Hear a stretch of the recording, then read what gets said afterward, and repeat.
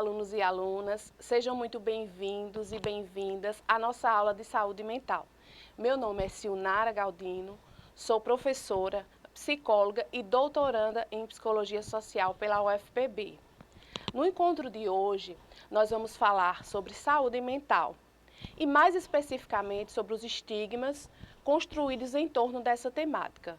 Mas nessa aula especialmente nós vamos fazer um caminho inverso, nós vamos desconstruir, vamos trabalhar os conceitos numa desconstrução desses estigmas que historicamente foram sendo impostos às pessoas em sofrimento psicológico. Então nós vamos fazer um caminho histórico inicialmente.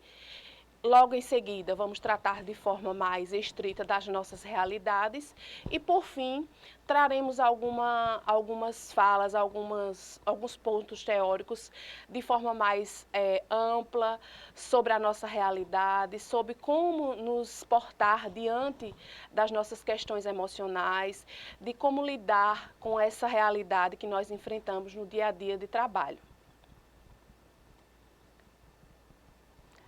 Dando prosseguimento ao nosso conteúdo, vamos iniciar aqui a nossa aula, especificamente, de forma agora mais sistemática, Vamos começar com o conceito de saúde mental. Acho que hoje em dia muito se fala, muito se escuta, é um tema bastante debatido, trazido em vários ambientes, em vários veículos, principalmente em épocas de redes sociais. Então, vamos trazer o conceito formal, de acordo com a OMS. A OMS, ela nos traz que a saúde mental seria um estado de bem-estar, onde os indivíduos podem realizar suas próprias habilidades, lidar com as suas tensões normais da vida, trabalhar de forma produtiva e ser capaz de contribuir com a sua comunidade. É um conceito que eu reconheço que é bastante pertinente, se a gente fala de uma maneira ampla, de forma geral. Claro que no dia a dia, a depender da cultura, do país em que estejamos inseridos, de acordo com a realidade e até dentro do nosso país, quando nós vamos falar de saúde mental, nós precisamos abordar questões sociais, de trabalho, entre outras temáticas. Então, esse conceito meio que fica como um ponto geral para a gente ter um norte, tá? E o que me traz esse conceito, eu gosto de fazer uma correlação com o conceito de saúde no geral. A gente tem aquele conceito, acho que todo mundo conhece, da OMS, que saúde é um completo estado de bem-estar biopsicossocial, que sabemos bem que atualmente não se encaixa mais muito, porque dificilmente um ser humano tem esse completo bem-estar em todas essas dimensões. Então, eu gosto de trabalhar com esse conceito de saúde. Já que falamos em saúde mental, por que não abordar o conceito de saúde também? E aqui nesse ponto, seguindo a minha linha de trabalho e a minha linha teórica, especificamente trabalhando na psicologia do trabalho, eu trago o conceito de De Jure, onde ele fala que saúde é ter meios de traçar um caminho pessoal próprio, ou seja, original, em direção ao seu bem-estar físico, psíquico e social. E aí, com esse conceito mais abrangente, a gente pode pensar nessa correlação com a saúde, Ou seja, essas dimensões que fazem parte da nossa vida e nos completam. E o quanto nós poderemos ser considerados saudáveis na medida em que podemos ter os meios para traçar nossos caminhos, realizar as nossos desejos, poder ter aí de forma produtiva a nossa contribuição junto à comunidade e também seguir rumo à direção de um bem-estar físico, psíquico e também social. Seguindo aqui, no nosso raciocínio, nós vamos iniciar um pouquinho de uma viagem histórica. Porque quando a gente fala de desconstruir os estigmas, nós precisamos pensar de como eles foram construídos. Então, antes de falar da desconstrução, vamos falar um pouquinho de historicamente como esses estigmas foram construídos ao longo do tempo na nossa sociedade. Vamos focar aqui mais na sociedade ocidental, que é a cultura a qual nós estamos ali relacionados, tá? Então, vamos começar com esse conceito de loucura. Nossa, acho que pesa, as pessoas... Loucura, A gente sabe que esse conceito, esse adjetivo loucura, hoje, não é mais aceito, não é mais trabalhado, mas quando a gente vai estudar na perspectiva histórica, nós vamos trabalhar com esse nome, tá? De loucura. Então, seguindo, vamos pensar nessa concepção de loucura. Então, ao longo da história, né, os loucos, bem entre aspas mesmo, que são as pessoas em sofrimento psíquico, foram estigmatizadas socialmente e são reflexo direto das estruturas sociais que eram construídas em cada época, não só sociais, como religiosas e científicas. Então, nesse percurso histórico que nós vamos fazer, nós vamos realizar uma jornada e aí nós vamos fazer esse caminho, essa linha do tempo que mostra essa transição, tá, de um fenômeno da loucura, que era vista, na maioria das vezes, como algo sobrenatural, para um objeto médico-psicológico. Então, nós vamos fazer esse passeio histórico, claro, que de forma superficial e breve, porque a gente pode aí entrar em vários detalhes, mas aqui a gente vai fazer um passeio breve, mas que de forma bem geral vocês vão entender como se deu essa construção. Então, seguindo aqui, vamos começar pela Idade Média, tá? Na Idade Média, a loucura era tida como manifestação divina ou demoníaca. Então, havia essa dualidade. Um momento como uma manifestação divina e outra como algo vindo do demônio, uma possessão. Então, acreditava-se que os atos e esses pensamentos irracionais, que hoje nós conhecemos como outros termos, poderiam ser manifestação de uma vontade de Deus, né? Uma forma de inspiração ou mesmo uma profecia. No entanto, haviam correntes que acreditavam que a loucura provavelmente era um sinal de possessão demoníaca. Então, aqueles que eram vistos como inspiração, como iluminados por Deus, poderiam ser reverenciados, ouvidos, enquanto os que demonstravam sinais de possessão seriam submetidos a rituais religiosos, como os exorcismos, as penitências e as orações. E é importante a gente lembrar que esses exorcismos e essas penitências não era algo leve, né? Era um cunho de castigo e de muito sofrimento, ou seja, a manifestação do sofrimento psicológico era ali penalizado. Então, o objetivo dessas práticas não era curar, mas sim expulsar a possível entidade maligna que estivesse ali sob posse daquele sujeito, ou mesmo redimir a sua alma frente àquela possessão. Então, a loucura era sim tida como uma questão de fé e não de saúde. Então, seguindo o nosso passeio histórico, nós saímos da Idade Média, né, que todos nós conhecemos na escola como a Idade das Trevas, e chegamos no Renascimento. No Renascimento, surge uma figura que é a Nau dos Loucos. Então, no Renascimento, nós temos esse nascimento dessa figura, que não é apenas uma metáfora, uma figura simbólica, é um barco, literalmente, um barco de verdade. Então, nesse momento, né, de renascimento, a loucura começa a ser vista com um novo olhar. Então, ela deixa de ser apenas esse fenômeno espiritual e se torna um problema social. E aí, quando a gente fala de problema social, nós temos uma questão. Visto que, quando se fala de problema social, nós temos as pessoas pobres, aqueles desviantes, aqueles que a sociedade não quer ver.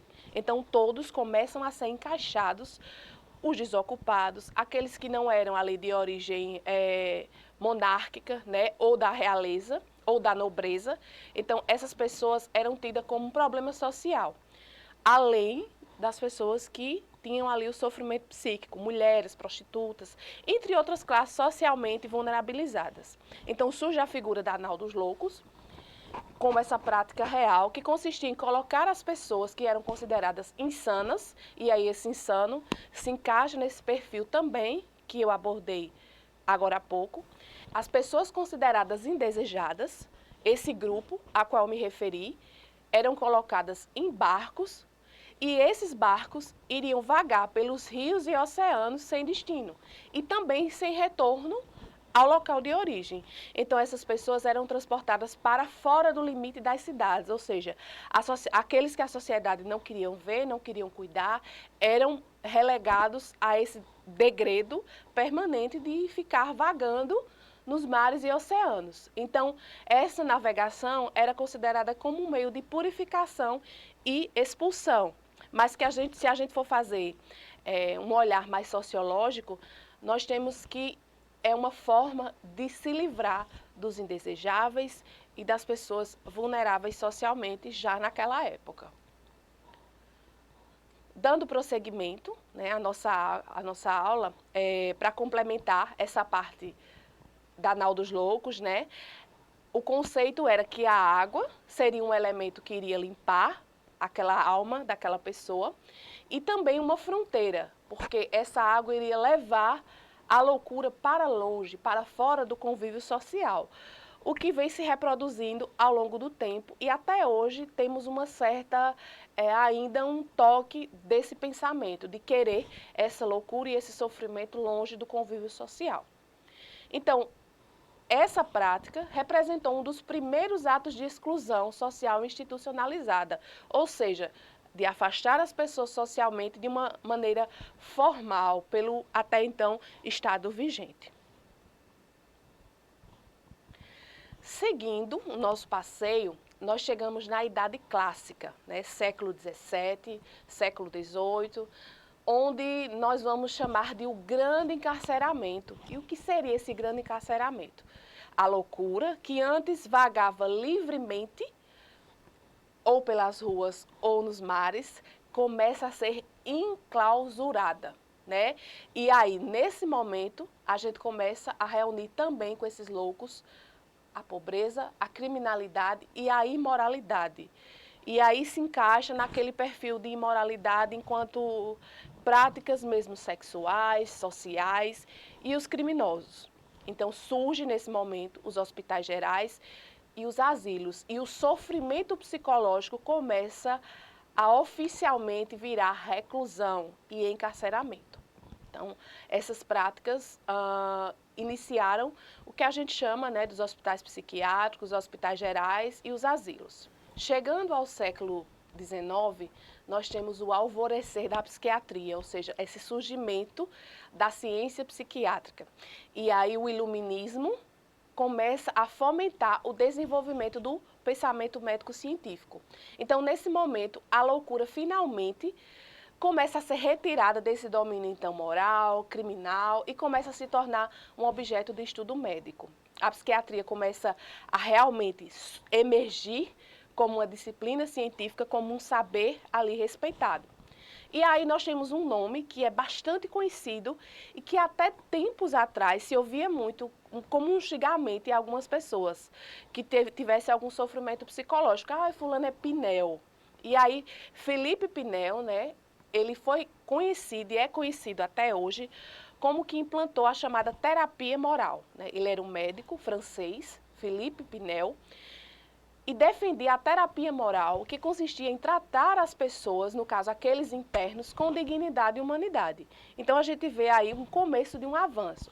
Apesar dessas pessoas precisarem ficar reclusas, restritas ao hospital psiquiátrico, né, numa espécie de encarceramento, mas para Felipe Pinel, esses internos deveriam ser tratados com dignidade e humanidade. Então, para ele, a loucura como uma doença mental, e aí a gente vê esse surgimento, a primeira vez essa palavra, doença mental, sai-se dessa palavra estigmatizante e se chega ao termo doença mental, que também, hoje, sabemos que representa um estigma. No entanto, para aquela época já representou aí algo de forma positiva. Então, para ele, essas pessoas precisavam de tratamento e não apenas daquele confinamento punitivo. Porque não só na Nau dos Loucos, mas também no grande encarceramento, as pessoas não recebiam tratamento, elas apenas eram confinadas e escondidas dos olhos da sociedade. Seguindo o nosso passeio aqui histórico, né, sobre como se construiu essa narrativa sobre a saúde mental, nós chegamos no século XX e no século XXI. E aí nós temos o que chamamos do isolamento à integração. no século XX, começa o auge e a crise dos hospitais psiquiátricos. Nós começamos a observar, né, temos aí a Declaração de Direitos Humanos, né, o pós-Segunda Guerra Mundial, que já começa a se olhar para as pessoas com direitos, né, garantidos, pessoas que precisam ter a sua dignidade preservada. No entanto, ainda houveram muitos abusos nos hospitais psiquiátricos, como choques, torturas. Temos o caso do manicômio de Barbacena, né, aqui no Brasil, que é conhecido como Holocausto Brasileiro. Recomendo quem tiver disponibilidade ou assistir o documentário ou mesmo ler o livro, onde mais de 60 mil pessoas morreram naquela unidade hospitalar. Mulheres, crianças e muitos, sabe-se, que não eram pacientes em sofrimento psicológico. Bastava-se que uma mulher rejeitasse um casamento, engravidasse, né, solteira, as crianças que naquela época não eram diagnosticadas com autismo, mas que sabe-se hoje que o sofrimento psicológico era dessa natureza, eram condenadas ao enclausuramento e acabavam morrendo naquela unidade hospitalar. Então, é conhecido como o Holocausto Brasileiro. Recomendo, é chocante, é muito bárbaro, mas é importante que a gente conheça a nossa história para que certos fatos não se repitam. Então, na década de 80, 90, começa-se a trabalhar com as reformas psiquiátricas, que nada mais era do que um movimento que iniciou-se na Itália, através de um psiquiatra, Franco Basaglia, que começa a trabalhar pela desinstitucionalização e a reintegração daquelas pessoas à comunidade. Para Basaglia, o tratamento seria efetivo caso essas pessoas estivessem junto às suas famílias, junto à comunidade, no modelo aberto e não trancafiados em hospitais psiquiátricos, sendo tratados muitas vezes com muita crueldade.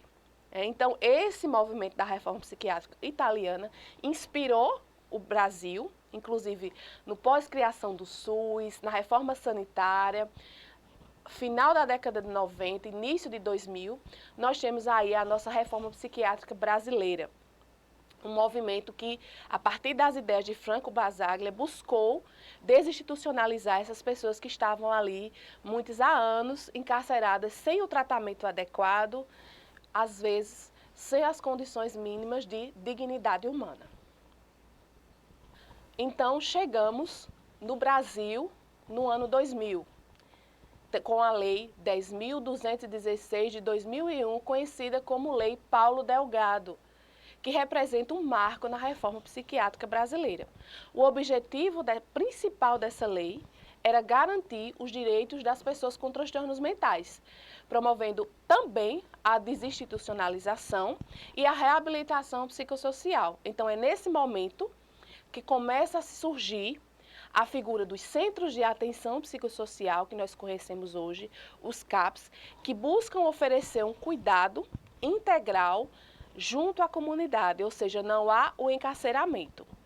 Os CAPs, eles fazem parte da rede de atenção psicossocial, que é composta por vários dispositivos, além do CAPs, o SAMU, as residências terapêuticas, a atenção básica. Então, todos eles formam uma rede de atenção psicossocial que busca fornecer um cuidado integral às pessoas com transtornos mentais. E sim, a partir desse momento, começa-se a chamada luta antimanicomial. Então, você pode ver referências, principalmente no mês de maio, à luta antimanicomial, que foi esse movimento que culminou na reforma psiquiátrica e com a Lei Paulo Delgado, que foi o deputado que construiu o projeto de lei que deu origem aí à conhecida Lei Paulo Delgado. Então, o principal objetivo, chegamos aí acho que no auge da nossa aula, que é combater o estigma em relação aos transtornos mentais. Então, nesse momento, começa-se realmente uma mudança de paradigma, até para as profissões que atuam nesses espaços. Até aquele momento, o psiquiatra, o psicólogo, era tido como médico de doido. Então, quando se falava em vamos ao psiquiatra, vamos ao psicólogo, você automaticamente ouvia, como até hoje ainda se escuta. Ah, eu não sou doido? Até porque no Brasil, a psicologia só foi regulamentada na década de 60. E anteriormente a isso, a maioria dos psicólogos sim atuavam nesses espaços de internação, nos hospitais psiquiátricos ou nas escolas ou nas empresas. Então havia meio que essa mística em torno dessas duas profissões, do psiquiatra e do psicólogo. Com o advento, né, desses espaços, dos centros de atenção psicossocial, nós vemos a figura de outros profissionais se integrando a essa equipe, tendo em vista que cada usuário precisa ter um projeto terapêutico singular e nesse projeto várias profissões precisam estar inseridas, ou seja, é um cuidado multi e até transdisciplinar. E aí nós vemos a presença do serviço social, da psicologia, da fisioterapia, da terapia ocupacional, os técnicos que vão ali fazer com que essas pessoas trabalhem suas habilidades artísticas, musicais, entre outras atividades que venham ali compor o tratamento das pessoas em sofrimento psicológico. Então agora vamos falar do estigma. Né, o estigma em torno da saúde mental. Fizemos esse passeio histórico, claro que de forma breve, porque se a gente fosse entrar em todos os detalhes, a aula demoraria muito mais. Mas vamos falar dos estigmas em torno da saúde mental. Podemos falar em dois tipos de estigma e uma forma mais geral como discriminação. Podemos chamar de estigma público, que o que seria esse estigma público? É esse estereótipo negativo associado às pessoas com transtornos mentais. Ou seja, aquilo que a sociedade coloca como uma marca. O estigma socialmente construído era uma marca que se colocavam em pessoas ditas como indesejáveis. Então, de acordo com Evie Goffman, no seu livro Estigma, ele nos mostra que desde a Grécia Antiga, as pessoas tidas como indesejadas, elas eram marcadas. E a essa marcação era dado o nome de estigma. Então, esse estigma público das pessoas que sofrem de transtornos mentais colocavam esse carimbo invisível de como uma pessoa perigosa e incapaz de estar ali convivendo em sociedade. Então, a partir desse estigma público, o sujeito individualmente acabava por ter esse autoestigma, porque havia, de tão forte que esse estigma social representa, a pessoa internalizava esse preconceito, levando a baixa autoestima e ao isolamento social, o que não pode se negar que até hoje ainda está presente. E se nós formos nos perguntar na nossa realidade, isso é mais presente como nunca. Nas forças policiais ainda é muito presente esse estigma público que leva ao autoestigma das pessoas que precisam de ajuda. Esse autoestigma ainda reflete nas pessoas, nos nossos colegas policiais que precisam do cuidado em saúde mental. E tudo isso, né, o estigma público e o autoestigma, vai acabar por desaguar numa discriminação estrutural, que impõe barreiras no acesso a emprego, assistência médica e a direitos. A gente sabe que ainda há muitas dificuldades quando se fala em assistência à saúde mental, mas pessoas que têm ali um transtorno mental de forma mais severa enfrentam barreiras muito fortes na sociedade e ainda há bastante preconceito. Então é importante lembrar também que é muito comum nas redes sociais hoje se ver piadas, memes com o Centro de Atenção Psicossocial. E isso é repugnante, porque acaba por voltar a trazer estigmas públicos que vão ali refletir nas pessoas que precisam daquele serviço. Então, nós precisamos combater esse tipo de prática, né? Não podemos, de forma nenhuma, destruir o que de positivo vimos construindo. Então, quais são as consequências, né? Falando aqui de forma mais sistemática, né? Falei de forma mais breve, mas sistematizando as consequências desse processo de estigmatização. A evasão do tratamento é uma das principais, porque as pessoas têm medo do julgamento, né? Medo de como vai ser vista perante a sua comunidade. Então, isso impede que as pessoas procurem ajuda. E eu acho que no nosso ambiente de trabalho, na segurança pública, isso é uma das maiores barreiras. Também temos como uma consequência desse estigma a exclusão social, porque há, de fato, uma dificuldade na integração social e profissional.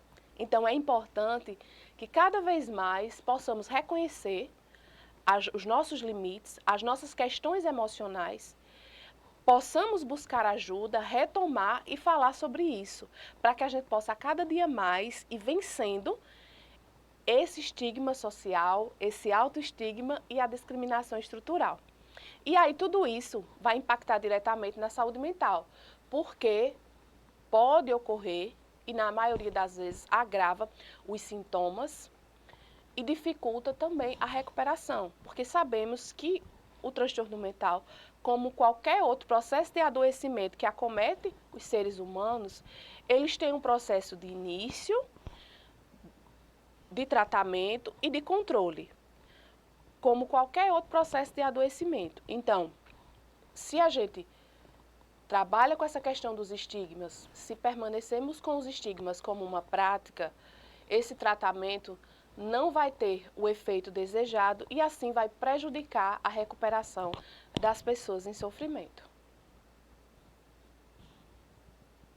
E aí agora nós vamos pensar na mudança de paradigma, não só a partir da reforma psiquiátrica, da nossa Lei Paulo Delgado lá em 2001, se começa a modificar os currículos nas universidades, nas faculdades de psicologia, nos cursos de medicina, nos cursos de saúde e das ciências sociais como um todo.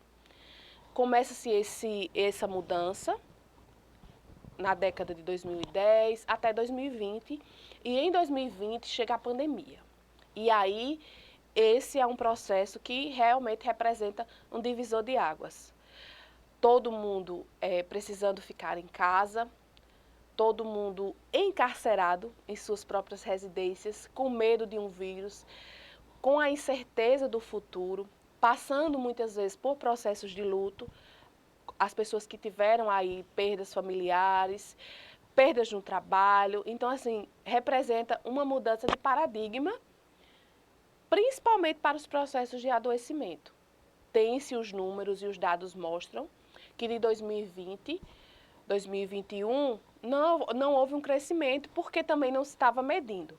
Mas a partir do momento que começou-se a abertura, né, para que as pessoas começassem a retornar às suas vidas, os números começaram a crescer, principalmente de transtornos de ansiedade e depressão. E quando se fala nesses números, nesse crescimento, a população mais jovem é a principal atingida, não só no Brasil como no mundo. No início desse ano foi divulgado pelo Instituto Nacional do Seguro Social, né, o INSS, os dados de afastamentos de trabalhadores. E aí, quando a gente está falando desses trabalhadores, nós nem estamos incluídos, porque a segurança pública é uma previdência própria, mostrando que mais do que duplicou o número de afastamentos por conta de saúde mental no ano de 2024. Então, esse é um dado alarmante que faz com que essa aula realmente seja estritamente necessária. E aí, falando da nossa realidade, nós temos os dados que vem fazendo com que cada vez mais os governos pensem em políticas públicas e tentem investir no cuidado em saúde mental dos seus profissionais. E de que nós estamos falando? Nós estamos falando do aumento vertiginoso do número de suicídios entre as forças policiais.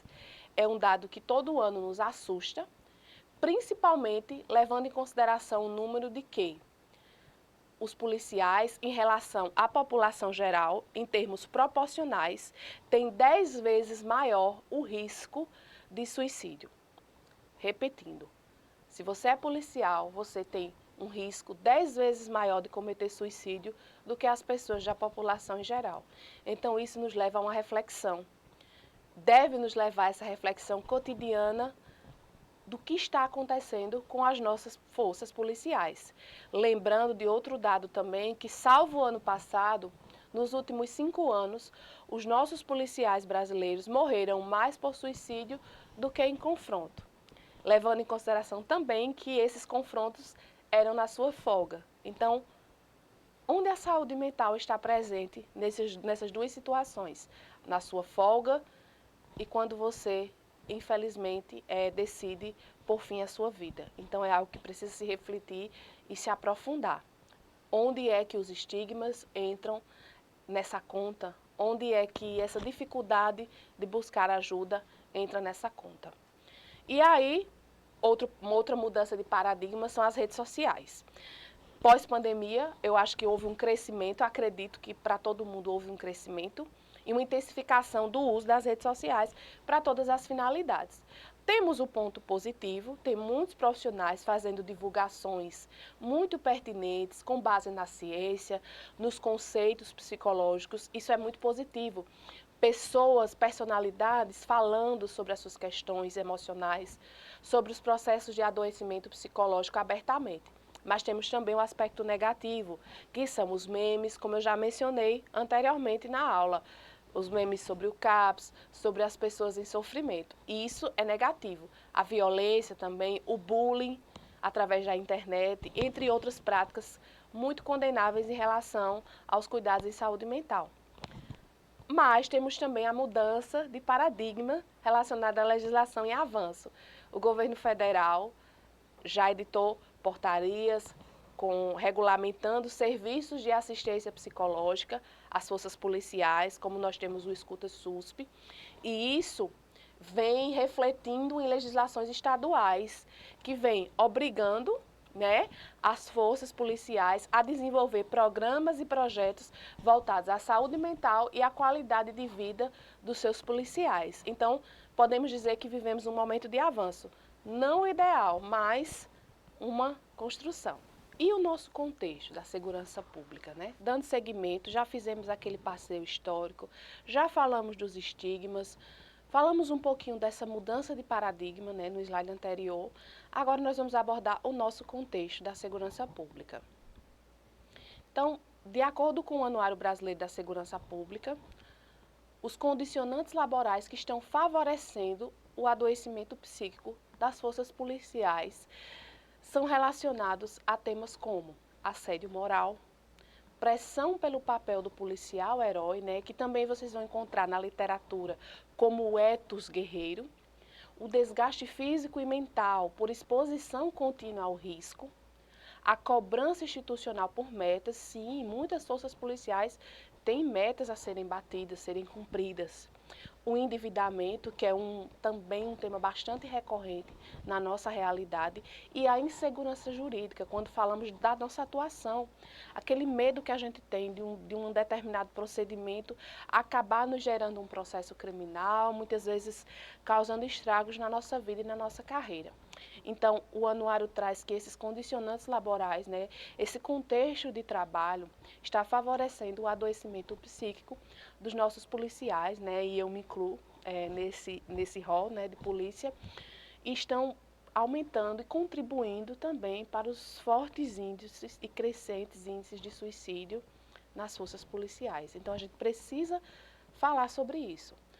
Não é uma questão individual, é importante que a gente lembre. Sim, temos os fatores individuais, os fatores hereditários que compõem, né, esse ser que somos nós em várias dimensões.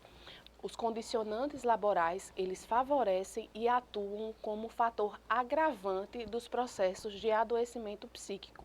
Então é importante que a gente lembre disso.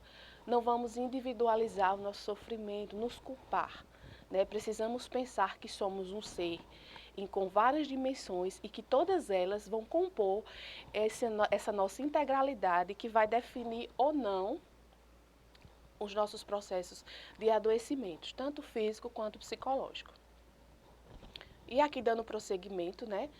Agora nós vamos trazer um pouquinho da desmistificação da saúde mental. Vamos desmistificar um pouquinho, né? Tudo isso que a gente trouxe agora. Então eu vou falar de forma mais prática, mais direta, de uma forma mais humanizada, para que a gente possa entender coisas que podemos fazer para desmistificar. Mas antes, né, de seguir para essas frases, esses temas, eu gostaria que vocês parassem agora a aula nesse momento e pensassem: qual foi a última vez que você reconheceu seus próprios limites? Essa pergunta é fundamental e eu gostaria que vocês refletissem sobre ela onde vocês estiverem. Porque nós somos treinados, nós somos capacitados para sermos pessoas fortes, resistentes, para suportarmos mais do que a população em geral.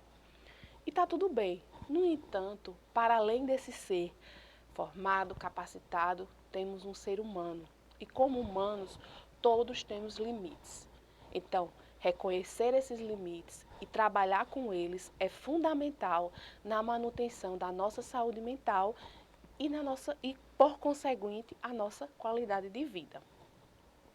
E agora voltando ao conteúdo, né? Vamos desmistificar crise. Crise, gente, não é um fracasso. Crise não é fracasso.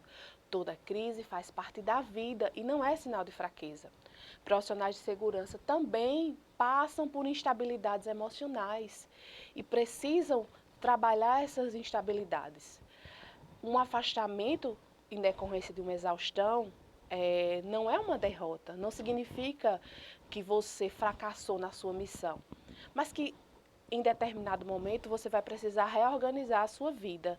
Então é importante que a gente naturalize. Não estou dizendo que isso vai acontecer, mas se acontecer, não estamos derrotados, nós estamos nos reorganizando. Então reconhecer limites é um passo para recomeçar com dignidade. O silêncio adoece, né? Guardar o sofrimento amplia a nossa dor e vai também agravar os sintomas. É aquela metáfora daquela sujeirinha que a gente vai para debaixo do tapete. Ela está escondida, ninguém está vendo, mas uma hora você vai levantar aquele tapete e a sujeira vai estar lá. Então, guardar esse sofrimento não é positivo. Na nossa cultura, falar de saúde mental ainda é um tabu. E o silêncio alimenta o estigma e impede a busca por apoio. Então, o que eu quero deixar de mensagem aqui também hoje é: pedir ajuda é ato de coragem e preserva vidas. Pedir ajuda para si mesmo, muitas vezes pedir ajuda para um colega, aí eu não estou sabendo lidar com esse colega, mas estou percebendo que tem alguma coisa ali que está afetando ele. Busca uma ajuda, indica um serviço, vá com o seu colega, fortaleça essa rede, trabalhe consigo o vencimento desse tabu, né? Precisamos vencer esse tabu de que falar de saúde mental é motivo de vergonha, de tristeza, de afastamento ou de isolamento. A cultura da performance. Precisamos falar, sim, da cultura da performance. E no nosso caso, isso é muito presente. A lógica de ser forte o tempo todo gera esgotamento. Ninguém é forte o tempo todo. Até as máquinas, elas precisam de manutenção. Então, a pressão por resultados, né, esse ethos que se exige muito hoje de resultados, principalmente em época de redes sociais, né, plantões seguidos, metas e cobranças invisíveis, essa performance exagerada também é nociva. É importante lembrar que reconhecemos que, devido às questões financeiras, é preciso muitas vezes trabalhar mais. No entanto, também precisamos trabalhar a questão do financeiro, entender em que contexto a gente está inserido, se não há ali uma compulsão, para que a gente possa se controlar financeiramente e poder preservar os nossos momentos de descanso. Lembrando que a exaustão não pode ser vista como medalha de honra. Não pode ser vista como medalha de honra, porque nós precisamos nos reconhecer enquanto seres humanos, e seres humanos precisam de descanso. Então, reconhecer-se humano também não é sinal de fraqueza, mas de equilíbrio. Tudo precisa de equilíbrio. E agora, né, acho que é a maior vilã, a ansiedade. Mas a ansiedade, gente, ela não é fraqueza. A ansiedade é uma emoção natural, ela é universal, ela nos ajuda a sobreviver, nos protege da situação de risco.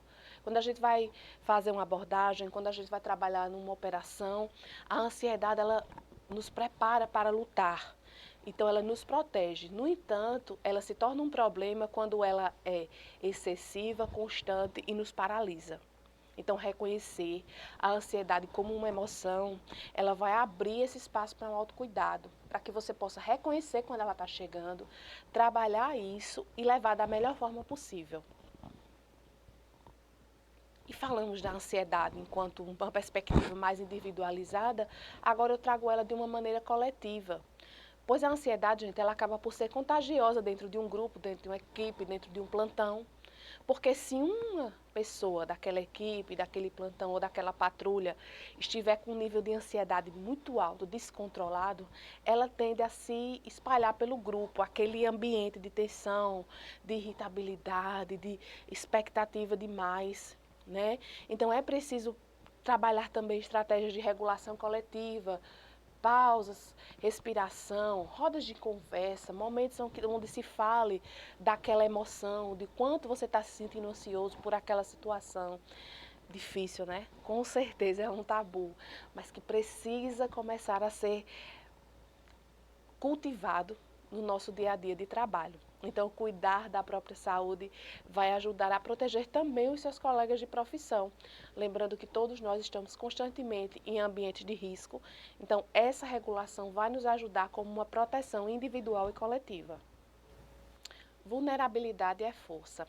Admitir limites humaniza e fortalece a corporação. Os líderes que falam de seus desafios abrem espaço para a equipe compartilhar suas dores. A vulnerabilidade tem o poder de conectar as pessoas e de gerar confiança mútua. Se eu vejo que aquela pessoa se coloca de igual para igual comigo como um ser humano, que tem suas potencialidades, mas que também é vulnerável, isso, em vez de enfraquecer a tropa, ela vai torná-la mais resiliente, mais humana, mais próxima, mais interconectada.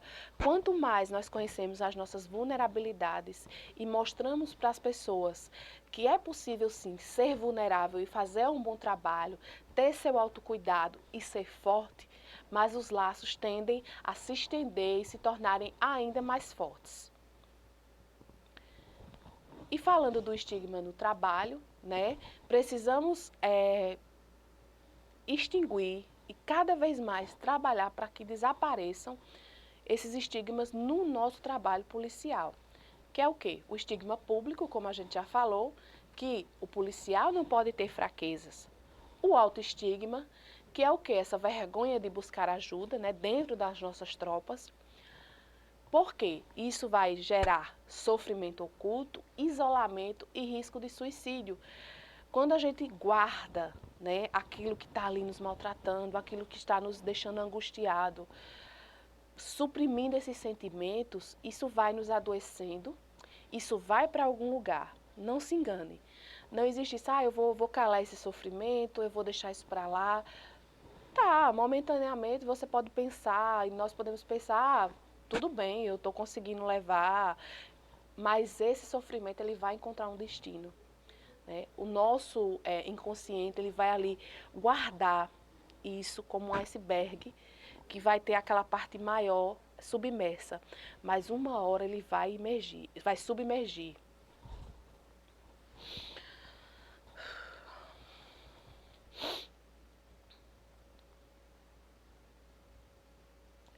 E o estigma no trabalho, né? Nós temos o estigma público, né, que é aquele que nos leva a falar que policial não pode ter fraquezas, né? Nós temos sempre que ser fortes o tempo inteiro, pois nós estamos ali para defender a sociedade. Temos também o autoestigma, né? Nós falamos de forma geral e agora eu estou trazendo aqui da nossa realidade, que esse autoestigma nos leva a ter vergonha de buscar ajuda dentro da nossa tropa, nos serviços que são oferecidos e muitas vezes até nos serviços externos, como eu mencionei aqui, os serviços de escuta psicológica remota oferecidos por outros órgãos, né, do governo federal. Então, esse autoestigma e o estigma público vai acabar por gerar um sofrimento oculto, um isolamento e risco de suicídio, porque o sofrimento psicológico, ele não passa em branco, ele não fica perdido no espaço. É como qualquer outro adoecimento, ele pode até ficar silencioso ali, sendo escondido, mas em algum momento ele vai emergir e vai trazer alguma consequência na sua vida. Então, quebrar o silêncio salva vidas e fortalece a instituição. Então, é importante que a gente converse, que a gente dialogue sobre isso e mais, nós reconheçamos a nossa condição de seres humanos. Seguindo aqui na nossa aula, nós vamos falar agora do próximo tópico, que é o descanso como uma atitude de resistência. Né? Nós vivemos em uma sociedade produtiva, da performance, como eu já mencionei. Então, o descanso nesses momentos é resistência. Então, exaustão, gente, não é sinônimo de vitória. Nossa, eu estou exausto. E isso como alguém que está sendo vitorioso. Não, gente. A folga é o nosso direito e é a necessidade, não é um luxo. Nós vivemos em um momento social onde a gente está descansando e está se sentindo culpado, porque a gente teria que estar ali produzindo. Nossa, várias vezes eu mesma me pego descansando, assistindo alguma coisa e me culpando. Eu devia estar lendo um livro, eu devia estar fazendo isso. Então, precisamos trabalhar esse descanso mesmo passivo, esse descanso que nos renova as forças. E aí também pode ser ficar com a família, ficar com os filhos, fazer uma atividade de lazer, descanso ativo ou descanso passivo, né? Cada um vai encontrar ali uma melhor forma de fazê-lo, mas que ele possa ser feito sem culpa, à vontade, tendo consciência de que esse descanso é essencial para a gente se recuperar e voltar ao trabalho de forma mais completa. Então, desconectar-se do celular também é muito importante, né, no nosso tempo de hoje, o que tem sido cada vez mais difícil, pois o trabalho ele é importante, ele é fundamental na nossa vida, ele faz parte da nossa identidade, mas nós precisamos também ter essa desconexão, o que não acontece hoje nesse nosso mundo tecnológico. Antigamente você saía do seu trabalho, quando você estava em casa você estava desconectado do trabalho, a não ser que alguém ligasse para sua casa e muita gente nem tinha telefone.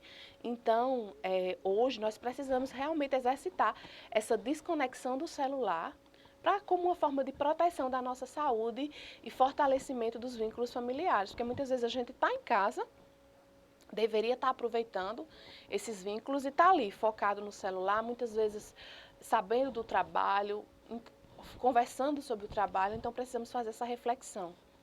Descansar hoje é uma estratégia de sobrevivência para nós policiais, então não esqueçam disso, o descanso é uma forma de resistência nessa sociedade que nos cobra produtividade 24 horas por dia. E o poder da palavra e da escuta, né? Estamos aqui falando, vocês estão me ouvindo, mas uma escuta sem julgamento transforma vidas. É importante lembrar disso. Não é qualquer escuta, é uma escuta sem julgamento. Então, tem alguém passando um momento difícil, seja um amigo, um colega, alguém da família, às vezes a gente só precisa dizer, eu estou aqui com você. Nós temos talvez um impulso de sempre ter algo para dizer. E nem sempre a gente tem o que dizer. E é melhor, às vezes, não dizer. Então, muitas vezes aquela pessoa está passando por um momento difícil, só o fato de você dizer, eu estou aqui com você, já é muito potente. Então, a palavra pode aliviar a solidão e dar esperança. Saber que tem alguém ali ao seu lado, mesmo que ela não tenha as palavras certas, adequadas para o que você quer ouvir, e está tudo bem. Nem sempre a gente tem tudo para falar. Nós, profissionais da psicologia, também, muitas vezes o silêncio é acolhimento. A gente também acolhe com o olhar e a presença. Estar aqui genuinamente, realmente próximo às pessoas. Isso gera conexão. Então, a comunicação afetiva é uma ferramenta de cuidado no trabalho, que é essa atenção. Muitas vezes a gente ouvir, porque nós temos uma época que, às vezes, a pessoa vem falar uma coisa, a gente já quer falar do nosso lado. É importante ouvir e ser ouvido. Então, a gente se perceber nessas nossas relações e trabalhar essa comunicação afetiva no nosso trabalho. E aí, trazemos também agora esse tópico que é o manifesto da alegria e do sentido. Que é o quê? Dizer para vocês que o policial também é um ser humano e não apenas uma farda. Que nós, enquanto policiais, precisamos resgatar a nossa alegria de viver, que é essencial para a nossa saúde mental. Então podemos e devemos, na verdade, cultivar hobbies, trabalhar a nossa espiritualidade, seja ela qual for. Fortalecer os nossos vínculos familiares é tão importante quanto a farda que usamos e a missão que assumimos ao adentrarmos nas instituições policiais. Então, resgatar esse prazer de viver é encontrar o nosso propósito e celebrar a humanidade em cada um de nós, pois somos humanos e devemos lembrar disso todos os dias. Não somos heróis, somos seres humanos e precisamos resgatar esse propósito. E, por fim, desmistificar é cuidar. Desmistificar a saúde mental é romper o silêncio e reconhecer que todos somos humanos. Cuidar da mente não é fraqueza, mas estratégia de força e de sobrevivência. E chegamos ao fim da nossa aula.